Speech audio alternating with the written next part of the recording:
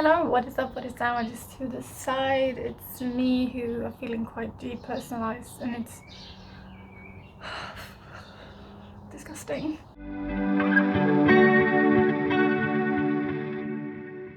So I thought that would be perfect timing to film this video so I can just explain to you what's happening. I'm not a mental health professional or anything like that, but I do have some experience. And so right now I'm experiencing something called depersonalization, which is horrible, but I'm gonna explain a little bit further.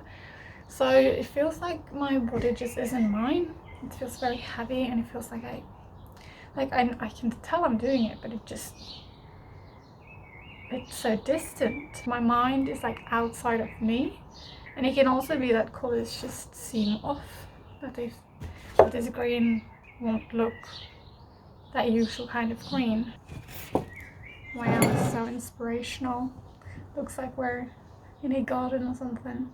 Oh, sorry, I have a hard time concentrating when I'm in this disgusting state.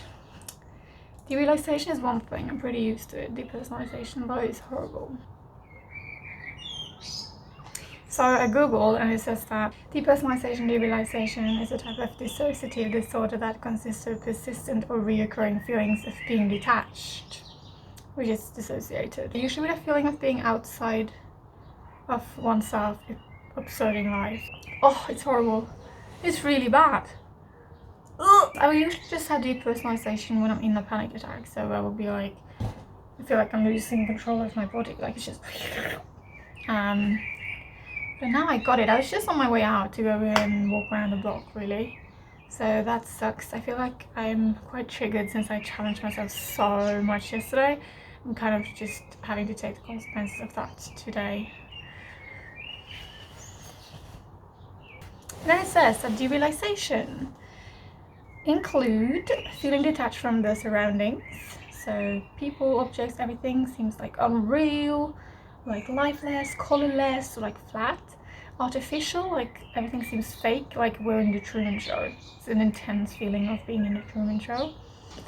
I will look at my mom, and if she's put her hair up in an unusual way, I won't recognize her. Like, I don't know it's my mom intellectually, but on a mental connection I won't. So, and just like it's just some kind of distortion of how you see yourself and the world.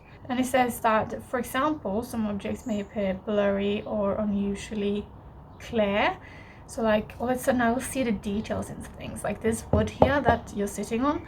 I would see the details and they would just be like so bright in a way, and it's disgusting actually. It's like seeing the world in 4K, and it's just, it shouldn't be. Or it will be like just like I cannot focus. It's just like I look at the world and it's just like, whew, can't focus. I'm in a jar, or there's like a scarf hanging over here, like a transparent scarf, just making everything seem so distant and weird. It also says that, you know, it may seem flat or smaller, larger, which I can get on my body as well. So I look at my hand and I go, whoa, it's huge. Or I'll look at my arm and go, should it be that tiny? Has it shrunk? What is going on? Is it mine? Is it even mine? Ooh, it's disgusting, this feeling, eh? It doesn't want to leave. It's been on for a long time now. Dissociation, like the derealization, is fine. That I'm used to that. It's horrible, but I'm used to it, and it will last weeks at a time, months even. But this depersonalization kicked in real fast. My anxiety did not want to leave the house today, that's for sure. Just everything will seem weird. What I see and what I hear and what I, like the feeling of touching things would just feel off. Disgusting. I have some extreme cases of this that will last a couple of seconds. At first I thought it was like Alice in Wonderland syndrome, but I'm pretty sure it is not, or it has something to do with migraines, but I think it's connected with feeling a lot of anxiety. People will talk to me and I will feel like they're talking in slow motion. I don't know if this is the same thing, but I feel like they could co-occur. And then when I talk to them, I will feel like I'm screaming, despite not screaming. And then I will just rely on my muscle memory on how to talk normally, so I won't actually scream. but I don't know because I can't hear myself properly. It can also seem like the words just slowed down, or that the words going really fast, or I'll be sitting in the living room watching television and I will get these insane deja vus over and over and over and be like, I know what is happening on the television and this is a new program and I know what's going to happen. And it's not because you actually know what's going to happen or that I have seen the program before, or that I like having some cognitive intellectual IQ that I can sense what's coming next. It's more that my distortion of memory and time is so impactful that my brain will just be so confused and tell me that things didn't happen or that things have happened twice and it's déjà vu. Usually when I come out of it, I will be like, I don't remember. Like, so last year and the year before that and the year before that, I wouldn't remember if I didn't take a photo. Jeg bare dokumenterer det så jeg kan se på dette og være sånn, det skjedde! Det her skjer! I would simply forget things. Simply. I forgot like 3 years of my life. I forgot the fact that we'd been to Iceland. I think I was saying like something like, oh, I really want to go to Iceland. And Mom was like, we've been there. And I was like, no. The only reason I can recall those years now is because I sat down and read my journals and seen pictures and photos and talked to my mom and dad about what happened. But without that, I would simply not have any recollection at all. It would be like I fell asleep at 12 or something and I woke up at 15 going like, oh, good morning. 3 years has just passed. Oh, another thing is that I would just, you know, go around and feel like I don't exist, or that the world doesn't exist, or like that I'm looking from some other dimension into this world and that I just fell out of life. And depersonalization, derealization could be a disorder on its own if it's a trauma response, but it's a very normal symptom of anxiety, especially severe anxiety disorders and especially panic disorder. I am aware that I'm not seeing or hearing things other than illusions. That's not this, it's not like hallucinations, so it's illusions, and that's the difference between a psychotic disorder and a trauma response disorder, an anxiety disorder. Let's see the criteria. I've never been on this webpage before. It's called MCD manuals, so it's probably the American DSM-5. Oh, and it can also you can also get this from smoking weed or taking drugs or overdosing on alcohol, and it can last for months, so be careful. It's a disgusting feeling. I'm not as derealized, it feels like my brain turned itself off, and that's the body isn't mine. It feels very weird. It feels like a sleep feels like a sleep paralysis, just I'm awake. It's not a psychotic disorder. Usually, if it's not because of anxiety, it will lessen over time on its own. If it's from your anxiety, you will have to get treatment for the anxiety, or you will not heal from the dissociation, because it's a symptom of a very overstressed brain.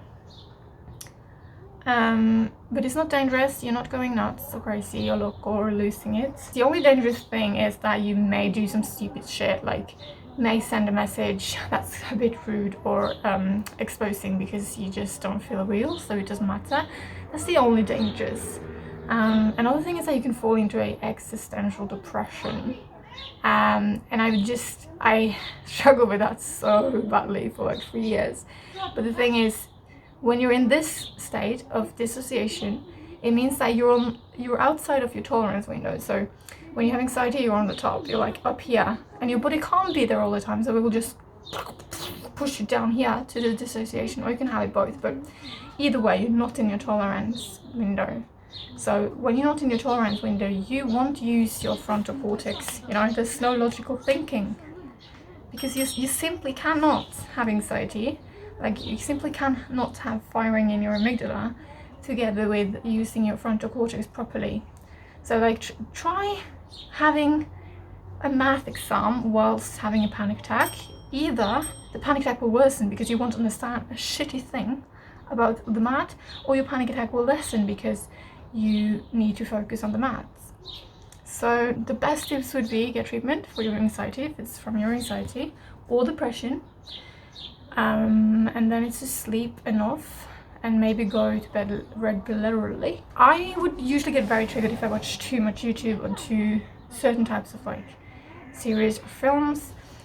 So say Pretty Little Liars will be a series to really kick off my derealization, depersonalization. So I have to be very careful what I watch, how much I consume. You can have dissociation for shorter periods, like say those 10 minutes where you have a panic attack. That's 5 minutes before and after your nap. Hi, I'm popping in to say that that's a quite good analogy actually. It sometimes feels as if you just woke up from a nap midday and you're so confused and the sounds are so like loud and the light is so bright and you're just confused and people talk to you but you don't really hear them, like they said something or did they? That's also a very good analogy of how it feels to be in derealization, depersonalization.